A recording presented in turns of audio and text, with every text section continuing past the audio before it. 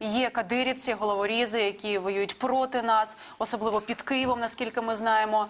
А є чеченці, є добровольці, які на нашому боці. І ми поспілкувалися одним із таких, це Адам Асмаєв, і прошу послухати його. Адам, добрый вечер. Добрый вечер.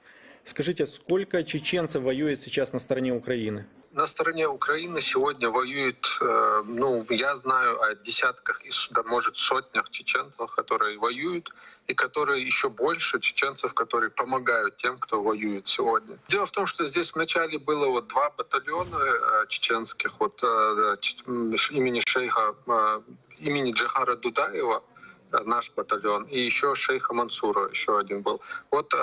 На базе этих формирований сейчас снова собираются люди, чтобы помогать. Нам звонят постоянно с Европы, с Турции, с разных стран. Поддерживаете ли вы связь с Чечней и какие там настроения?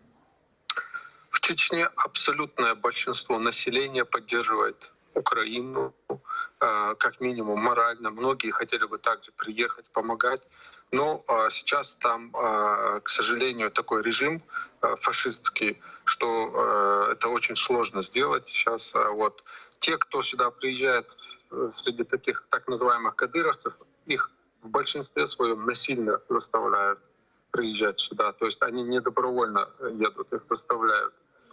Поэтому и мы делаем это обращение, чтобы они сдавались, обращались к любым гражданам Украины, к любым силовикам, представителям власти Украины и сдавались. Это лучше для них.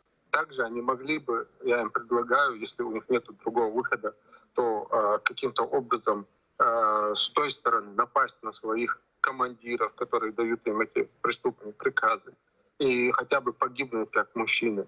А не так погибать здесь, потому что у Украины достаточно оружия. Сейчас весь Запад будет помогать высокоточным оружием. Уже многие из них отправились. Их невозможно опознать даже обратно домой, трупы, я имею в виду. Поэтому им намного достойнее было бы погибнуть даже, но убивая своих командиров. Объясните эту разницу простому гражданину Украины между чеченцем и кадыровцем. Дело в том, что кадыровцы, если очень просто говорить, это те же самые ДНРовцы и ЛНРовцы, то есть которые предали свое государство, свой народ и пошли служить врагу, то есть оккупанту. Это именно марионетки России, именно предатели, коллаборационисты. Их немного, их несколько процентов, но от них много шума и много они воняют, так скажем. Я хочу призвать всех украинцев сегодня объединиться вокруг власти, как бы кто ни относился к ней. То есть мы сегодня должны все, как единый организм, помогать нашим вооруженным силам, нашим силовым структурам. Вы должны четко понимать, я обращаюсь сейчас к украинцам, что потеря каких-то городов, каких-то территорий не значит, что мы их потеряли навсегда. Это временная оккупация. Их мы скоро вернем, даст Бог. Я вам привожу пример. Это наша борьба, Ичкерия.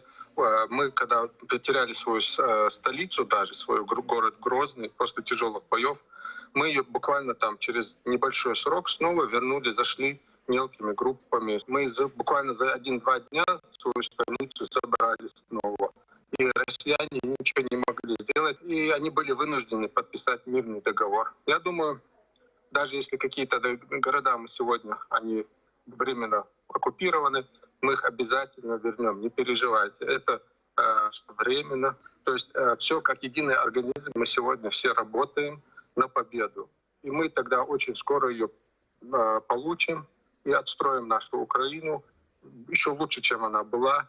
И будем только вспоминать с горечью наших потерянных близких, что они не могут увидеть эту красоту. Слава Украине! Героям слава! Спасибо, что нашли время.